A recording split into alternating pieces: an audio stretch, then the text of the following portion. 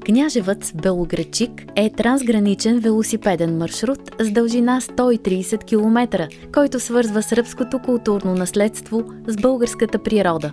След преминаването на границата при Връшка чука навлизате в България и се отправяте към пещерата Магура, където се намират праисторически рисунки на възраст 10 000 години. Теренът става по-лек, с няколко плавни вълнообразни участъка. Пътят преминава през малки български села.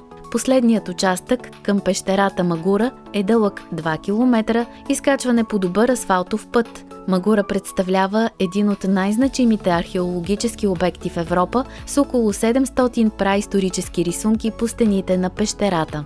Финалът на маршрута е пристигането в Белоградчик и гледката към крепостта. Маршрутът от Княжевац до Белоградчик е физически труден. Преди тръгване се препоръчва добра подготовка, организация и техническа подготовка на велосипеда.